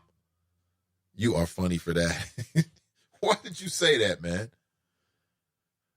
That is hilarious. In the 80s? The hell? Hey, Jericho, I'm looking for it, but I cannot find it. So if you can repost it or, just bring it to my attention, then maybe I can give it some comment. But I do remember seeing something, but I'm not even sure where it is. Can't find it. Tracy writes, I thought Nathan said she was coming on the show. Yeah, she'll be on the show on Thursday at 9 a.m. She'll be on the Thursday at 9 a.m. Yeah, we'll talk with Tracy Hunter. And Tracy Hunter was elected juvenile court judge, black female.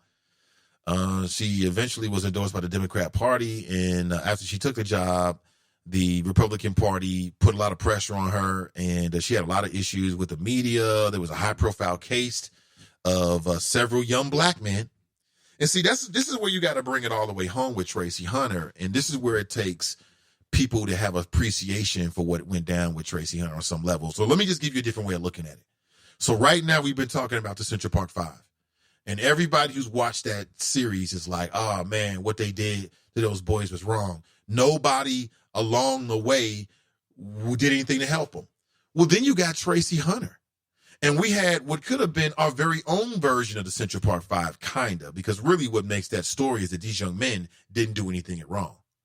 Okay, they were completely innocent.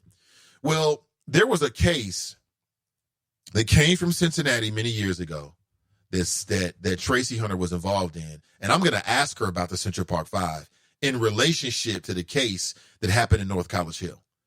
So you had, 4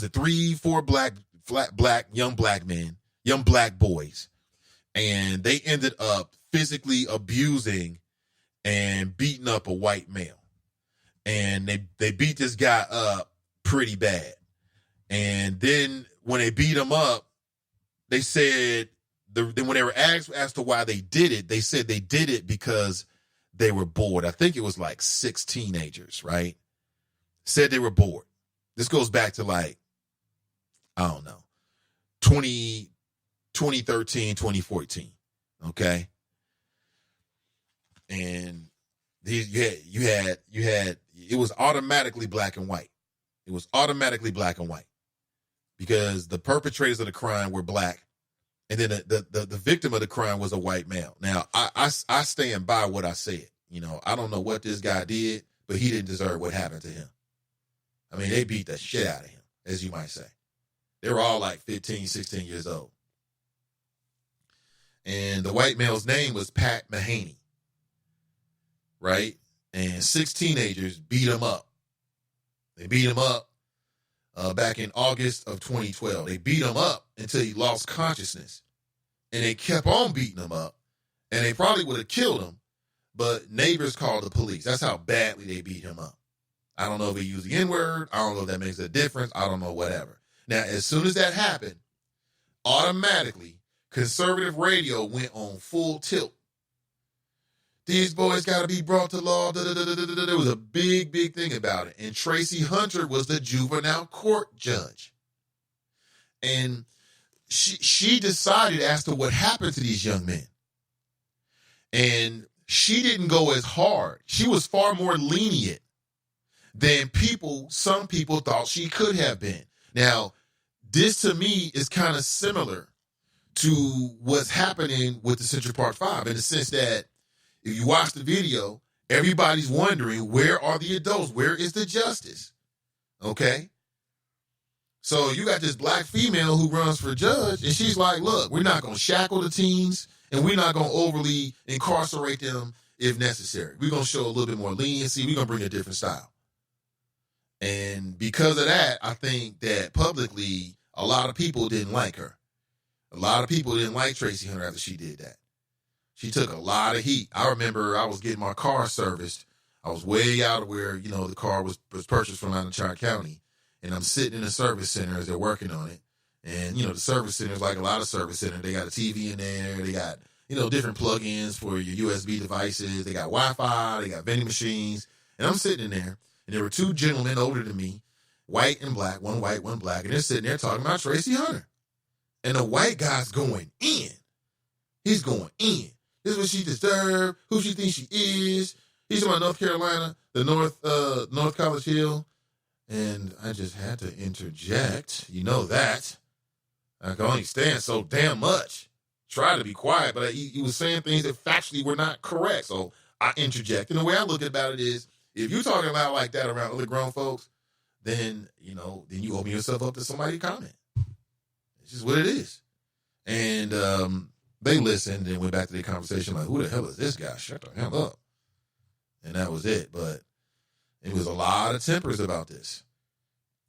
So I've even heard black folks say, she shouldn't have been trying to be lenient to them black boys. That's what got her in trouble. but then you also outraged at what happened at the Central Park 5.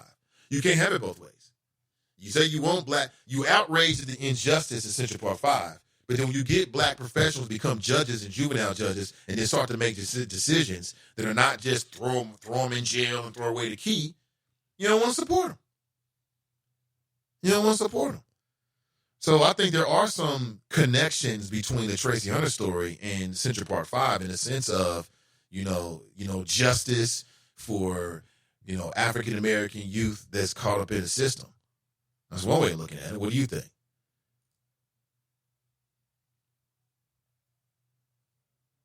Yeah, Judge Tracy Hunter's coming on Thursday. Yeah, she'll be on the show. And we'll talk to her directly. If you have any questions, line them up. And I think what's going to happen is I think I'm going to live stream that show. That might be the first live stream for the Nathan Ivey YouTube channel. I think I'm going to live stream that show, actually. And that way you'll be able to see and interact with Tracy Hunter. Or you can put some graphics up and just give you just a more presentation with it. Yeah, so look for that. Father's Day picnic this Sunday at Wynn Woods Orchard Area Shelter. Choppers are welcome. Is that right? Yeah, Mike, put something up, man. You got a flyer or something, I'll put it out to the choppers. TNT writes the KKK came out and rallied in North College Hill. The media wanted their names in school. Minors. She refused to divulge their info and was sued by local news. Bunky writes, so Tracy Hunter did to white people what whites give to theirs all day long, and their butt hurt. Let me see. Jerica writes, at Bunky, he's not in the kitchen. No, he's in the kitchen, Jerica. We all know. We know you running things. We can tell. I'm just stirring the pot. That's it. I don't know a damn thing. I have been reaching out. I'm going to continue to reach out to you so I can get your feedback about the show, things you like, things you don't like, and I really appreciate it. If I have not reached out to you, it ain't personal. It's just a lot of folks are trying to get to everybody, and I will get down to everybody. And I'm going to put a questionnaire inside the Chop Shop as well in Friends page so I can get your information.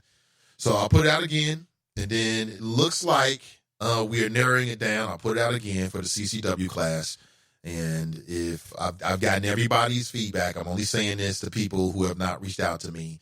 For a lot of people, it doesn't really matter. But we want to do the CCW class, and we want to do it next month, in about a month, actually, approximately. We're going to do our first CCW class. It's the Nathan Ivey Show and the Represent Now pack, because we believe that the time is now. So that's the 13th of July and the 14th of July. Okay, those are the 2 days we're looking at. And at this point, we're kind of narrowing down that 13th of July. That's a Saturday. That's the second Saturday of July. Of course, the first week is going to be July 4th week. People will be out of town and eating barbecue or just doing nothing. But if you want to be a part of our CCW class, if you want to get your CCW license, then that'll be an opportunity for you to do so. That's just the beginning. I can envision doing a series of those kind of classes. I think it's very, very important. Again, look at the media. Look at local media. You've got these neighborhoods where a lot of black people live at. Maybe it's an economics kind of thing, but we hear about Shot Spotter. We hear about gun buybacks programs, but you never hear about programs that will teach kids gun safety, right? Because I think it goes hand in hand. And also the adults, getting registered so you can constitutionally carry a weapon in Ohio and learning how to protect yourself. That's never a part of the conversation, at least on the Nathan Ivey Show. With me, it is. Okay, I see this. Jerica writes, this content isn't available right now. I don't know. Nobody must have taken it down. Let me go to Jerica's page. What was it, 13 hours ago? Yeah, that content was taken down. I couldn't see it. Let me see if I can find it here. All right. Oh, okay. You remember? I didn't know that. That's pretty dope. I can't access it. I don't know. For whatever reason, I cannot access it. Drop writes, there was the NAACP with their talented 10th lawyers in a CPS case, or where it was. Central Park 5 case. New York police had just proven the Al Sharpton and Tawana Brawley case was a lie in 1987. Trust but verify. TNT writes, thanks to Judge Hunter, who could see them, the boys. See, what an excellent point. What an excellent point. It's a great point, TNT. The title of the damn Netflix series is When They See Us. And the whole point is that they don't see us as even human in some cases. And you can say what you want about Judge Tracy Hunter. TNT makes a great point. When it came to those 5 boys, at least she could see them. At least she could see them. Now, we can debate about some of her actions. We can debate about things that happen afterward, but I think that is not debatable right there. And that's what people said that they wanted. People were complaining about how the juvenile court system was treating people, the children, black kids, right? Children of color. And you get a juvenile court judge that says you're not going to shackle them. We're going to do things differently here. We're going to challenge the system. We're going to err on what's right for the young people. And then it really got tested with the North College Hill case. That really tested people's faith and relationship to Tracy Hunter. I'm looking at it right now. 3 more teens sentenced in North College Hill board beating. When Tracy Hunter delivered her verdict, there were people that went straight nuts. They went nuts. How dare she? Oh, no. And then I started seeing the photograph of Pat Mahaney. And again, it was terrible what happened to that man. You just walk down the street and you get beat up.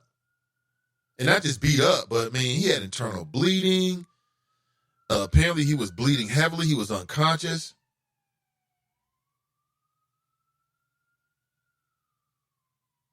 And apparently, they picked him because he was available and looked vulnerable.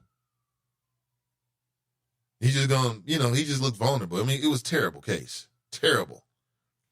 And I think when you do something like that, you should have to pay a consequence. But does it mean that your entire life is over? I'm not close to Pat Mahaney. If I was, I'd probably be like, nah, lock him up or throw away the key. Hey, let's tie him down and let me beat on them, But I'm not that close to him, so I don't feel that way. Okay, I'll check again, Living While Black, to make sure I got it.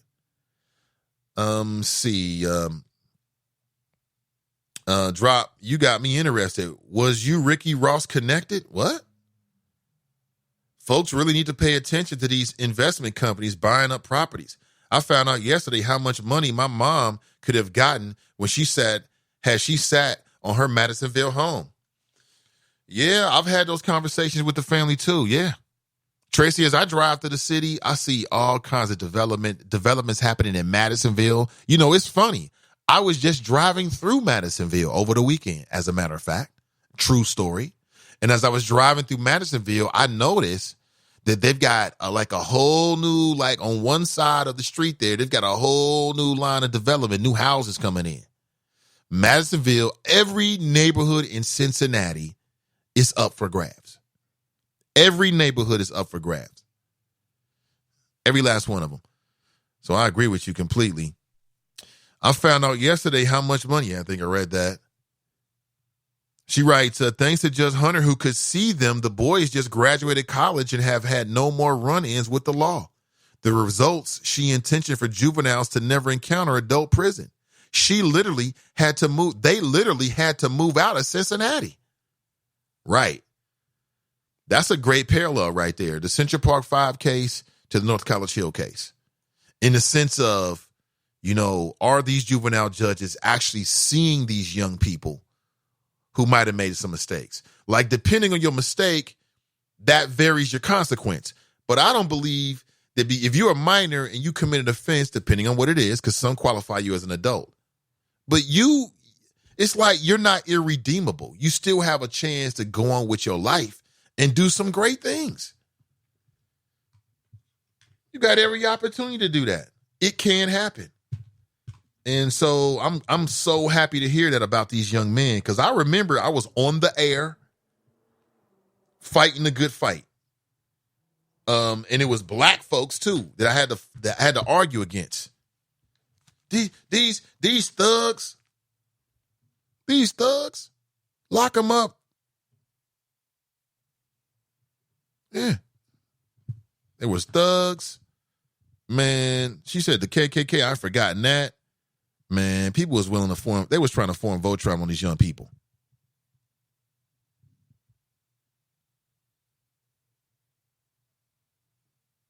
I mean, they were trying to go really hard with these young people for real. You know it and I know it.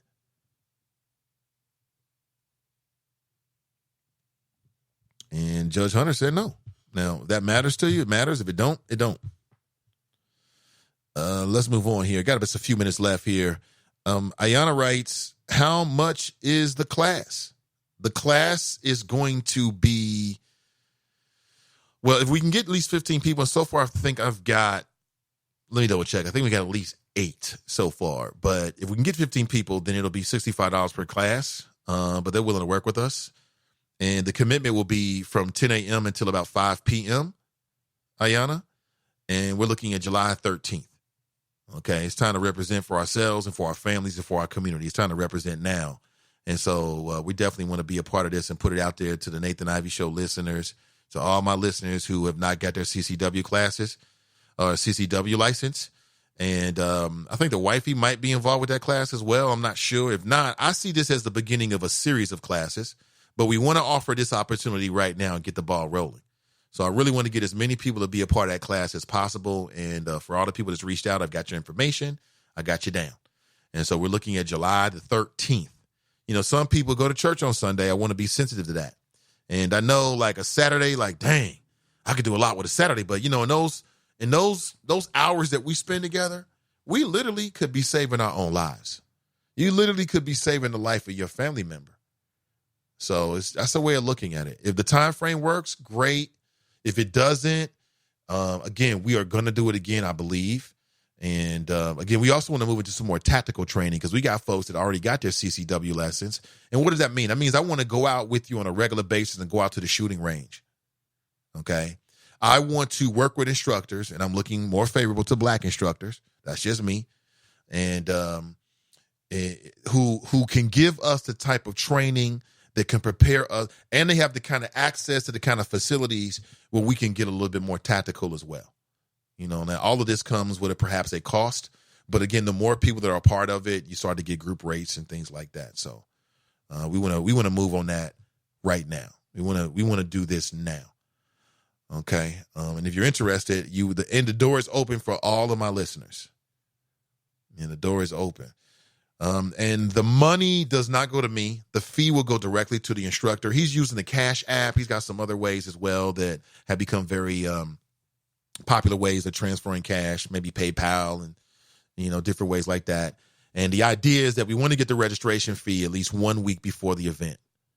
So if the event is July the 13th, that would mean that we like to get the funds by, you know, the 6th, which is a Saturday. Okay. Is there some flexibility in that? Yeah, there is. But I really would like to get everybody in. That way we know what to expect. We know where we're going. We know who's on the list and, you know, things like that. Okay. Now, if need be, we can set up right now another class as well. Okay. So maybe we look deeper into July or maybe we look into early August as well. I'm open to it. Again, I want to do it with you. You know, I want to do it with you. Whatever we do, I want to do it with you. Mike writes, it's more than a check drop. You're insulting my intelligence now. Oh, boy.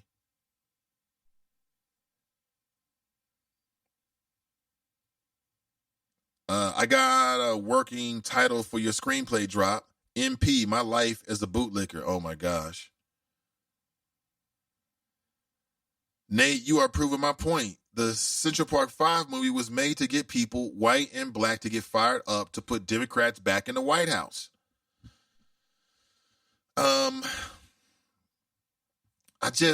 I hear what you're saying.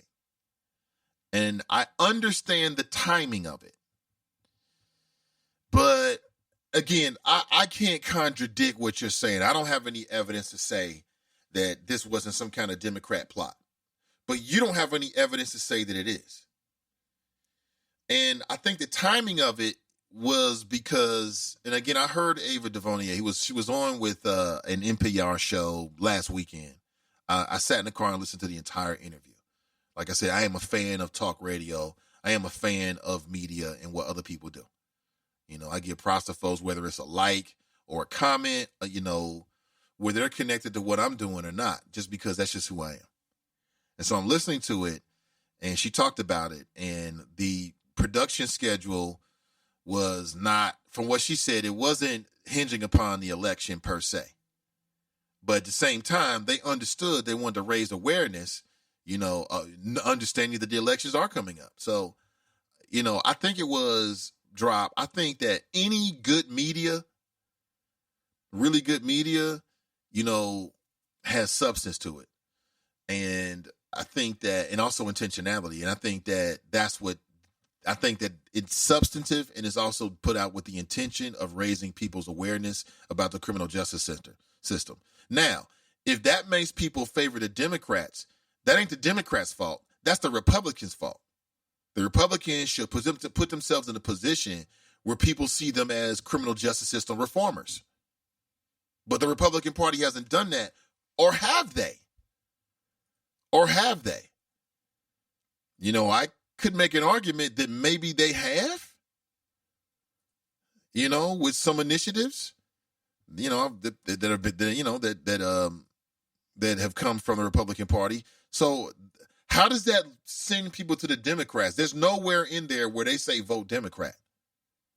If the Democrat Party has positioned themselves so that people look at them as reformers of the system, well, then good for them and bad for the Republicans. It sounds like the Republican Party has some work to do, Drop. And my thing is, you're a black male member of the Republican Party. And what questions are you asking of the Republican Party? Are you challenging the Republican Party?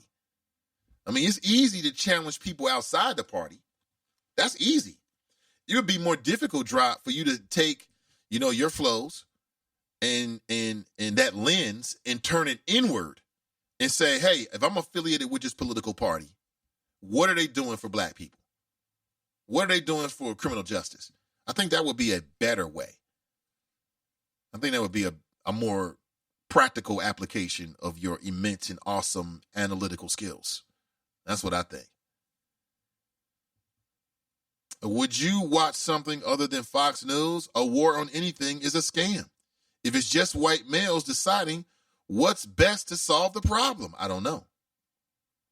I'll put out again, if anyone is interested in our CCW class, it looks like we've got our date. That's the 13th of July. And it's next month. And the cost will be $75. Unless we can get at least 15 people, then we'll qualify for a group rate, which will bump it down to $65. And when you leave that, you'll have everything that you'll need in order to be registered to carry a concealed weapon in Ohio. Now, you can already openly carry. You don't need no CCW class for that. And there's measures, which of course I want to talk about as we get closer. There's measures out there that would make it so that anybody can carry CCW and you don't need some license. But until that happens, this is the process. The other thing that I want to do and that we're going to do is we're going to make sure we set up some regular target practice time so we can all go out together. You know what I'm saying? And get proficient, get comfortable, and move beyond that.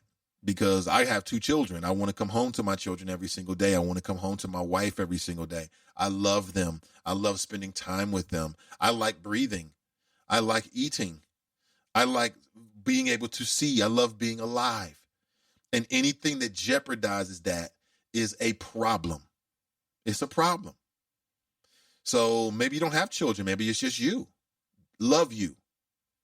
To me, this is about health and loving yourself. That's how I look at this. Because when the police show up, when you call them, it'll be afterward. Somebody breaks into your home, will do some harm to you and your family. Are you going to get on your knees and beg baby Jesus to send you some angels? Or are you going to pull out the steel and let them know what time it is? I mean, you have to make your decisions. Some people would rather die than harm someone else who's trying to harm them. And I'm not that person. And I don't really believe you are either. Black people have taken enough losses. We ain't trying to take no more. We've done enough of that. And then this is just the beginning. King Kobla, let me know. Listen, I'm serious, man. I'm trying to get your cousin on with Donnie B. because she's doing a multi-part series, and his involvement with that would be such a great addition to that conversation. So I'm dead serious. So I'm going to hit you up, man, on Facebook, and you let me know what I need to do, in order to make that happen. Okay, in order to facilitate that. Because if I send him a message, then, I want him to be, able to understand that I know you. You know what I'm saying? You're my connect.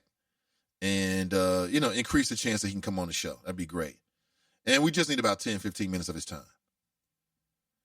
Clue Magic writes, Nate, good and well Drop isn't challenging his GOP brethren. He is shuffling, keeping his head down and going with the flow, being a good black over there. See, there you go, man. There you go. I don't know if that's happening or not, man. Damn. You said being a good black, huh?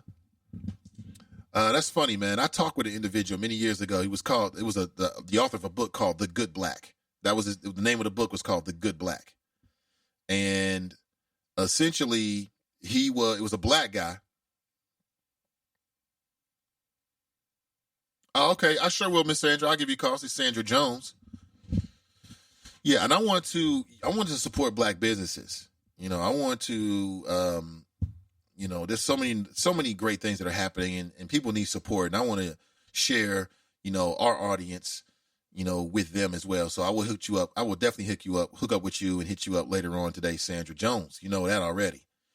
No doubt about that. He said, I don't know if Drop is doing that with his Republican brethren. All I know is what he says when he calls in. He's obsessed with black people and Democrats, but you're a Republican. So shouldn't you be obsessed with the relationship between Republicans and black people? You're a Republican. I mean, it's real easy. It's like if you're a Democrat, but all you're doing is criticizing Republicans. Yeah, but what are you doing as a Democrat? Right? And Drop, you're a Republican. So the question is, what are you doing as a Republican other than trying to make people feel like the Democrats are always out to misuse and abuse black folks? See, we know we hip to you, Drop. We hip to the game, man. We hip to your games. We ain't falling for the banana in the tailpipe.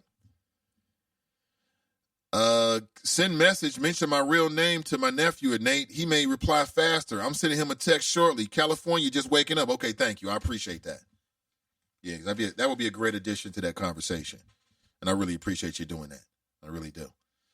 All right, let me go back into the friends page and see if anybody's posted anything. Again, that's a great way to put content in front of the show. If there's something that we're not talking about that you think we should be talking about, that's a great way to get it in front of my eyes. And I don't see anything new here that we haven't already reported. There's something, thanks for posting that, Chuck, the true FC Cincinnati Stadium cost. And what it means is that all the activists like Michelle Dillingham and Brian Gary, they were right. When they were talking about the stadium costing more money and the hidden costs and things that FC Cincinnati doesn't want to talk about, they were absolutely correct. Of course, they were correct from day one. And listen, we shouldn't accept anything less than that cool-ass artist rendition of what the FC Cincinnati Stadium is supposed to look like with the orange glow lighting up West End. That's what we want. Don't come in here now talking about, we couldn't get that guy, so we had to go with a bargain version. Hell no. Hell no. It's not doing it. Thank you so much for being here this morning. I really appreciate you. And I'll be back and hopefully better than ever tomorrow morning. Now, tomorrow is Wednesday. Tomorrow we're going to catch up with Miss Ebony J. Yeah, she's doing big things. And she's got her new Queens conference. And she'll be kicking that off. And she's going to stop in and talk with us about it. Yeah, looking forward to it, too. Yeah, she's going to stop in and talk with us about it so that, we can get a sense of it. And I don't have all of the details. I'll let her do that. But I will say that I 100% support her in everything that she does. And we'll talk with her tomorrow. Again, Tracy Hunter on Thursday. Couple things you can expect from Sin Digital, of course. A new live stream of the Cincinnati NAACP podcast, Truth to Power. We'll be live streaming that podcast, the recording of it. A new live stream on Friday as well at 12:30 p.m. Is It Just Me with Donnie B. We'll be live streaming. I don't have the topics yet. I'll have that for you Thursday morning. maybe tomorrow. And but I do know that she's working on a multi-series that focuses on the Central Park Five, but also relates it to what's happening with the criminal justice system here in Cincinnati. As I told you, Sin Digital Media is a new urban voice in Cincinnati. Our focus is what's happening inside that 275 loop, right? To black folks and black folks that live next to black folks, right? That's what the focus is. So I think that'll be very, very interesting. And who knows? We might even secure some really interesting guests as well. So I'll let you know. If you want to connect with me, you can do so very easily. I'm on Facebook, Nathan Ivey EY. That's my personal page. We have an official show page called the Nathan Ivey Show page. And then we've got a Facebook group as well. Friends who like the Nathan Ivey Show. Got a little bit less than 1,000 people in there. Vast majority of those folks live in the Cincinnati area, but they enjoy talk radio. They enjoy the flows. They enjoy media. Very active people. TNT writes, and most of how FC Cincinnati is skipping out on their fair share of taxes that the city will not receive $4 million worth. Right. Listen, what's the benefit of having, and I've challenged people with this. You know what I'm saying? I've challenged PG on our podcast with this. You know, I've challenged him privately on this. Okay. Tell me how this $200+ million investment, how does this translate into putting money in people's pockets? I get it. Part of it's disingenuous on one hand to say, oh, this is $200 million, but then you're not paying your fair share of local property taxes because the port has a sweet deal for you. I mean, if they're paying their fair share of taxes like everybody else, okay, great. But if they're not, there has to be question marks about this. Check out the Hot Mic podcast and just go back and you can listen to some of our conversations. Check it out. And the content's all up on Sin Digital Media page right now. So I just kind of challenge some of what other people take for granted. And I love the idea of Cincinnati being this like international destination, but I love it a lot more when people that look like me is getting to pay a part of it. I love it a lot more then. I know about you. I love it a lot more. I love it a lot more. So we shall see. We shall see. I think what will happen is that FC Cincinnati is going to go up. And then we'll see what's going to happen. I still don't know if that's going to spur development. It depends on what they build down there. Like, if the West End goes through some grand new design and now they've got cool bars down there and the Regal Theater is open and they've got a reason to go down there other than the stadium, then sure, it'll pop off. You know, but if it's just a stadium, the only time it's going to be hot is when the game is going on. Just like with the Red Stadium and the Bengal Stadium. Like I said, we got two stadiums right now on the banks. And the biggest draw is a Ferris wheel. Let that sink in, yo. A Ferris wheel. Do you know when a Ferris wheel was created? A Ferris wheel. That's the biggest draw right now, night to night. People want to go up and go high and go wee on a Ferris wheel. And you got all these businesses that are closing on the banks, but it's right between two stadiums. So that tells me that proximity to stadiums doesn't necessarily and automatically turn into cha-ching. It doesn't automatically do that. Because if it did, it would automatically be doing it on the banks right now. Speaking of the banks, have you been hearing more about what they're doing over in Newport? Man, damn. Newport's about to flash forward. They got these great futuristic renderings, new designs, the levee, new concert venues over there. So, I don't know. A lot of things are happening. We shall see. We shall see. Oh, boy. I remember that there was a deal many years ago. This is back when, many years ago, Charlie Winburn was on city council. Not that he hasn't been on city council. He's only a couple years removed, right? 3 years removed, 2 years removed. But I remember there was a conversation about putting a Ferris wheel on the banks years ago. But the city council makeup at that point, they shot the idea down because they didn't want to turn it into a circus. Meanwhile, Newport's on the come up. Now we got a Ferris wheel. And it works. Man, if you drive down there on a weekend night, If it's a nice night, man, there's a line down the block for couples that want to go up in the Ferris wheel. Oh, we can see Kentucky. Well, you know what? So can I. All I have to do is walk across the bridge. No matter how much we go into the futures, humans will always fall for similar things like going up high. Oh, I'm high. I'm 30 feet in the air. This is a different experience. Now take me down, right? It'll always be that way. Listen, thank you so much for being here. I'll be back tomorrow morning, bright and early, at 8 a.m. The show will start at the 8 a.m. hour, not 7 a.m., Monday through Friday. Thursday and Friday, Monday through Wednesday. Thursday and Friday, we'll return back to a normal schedule at 7 a.m. Okay, so thank you so much for being here, and I appreciate you, and we'll catch up real soon. Remember, winners focus on winning. Losers focus on winners. So stay winning and stay focused, and we'll talk real soon. Until next time, I'm out.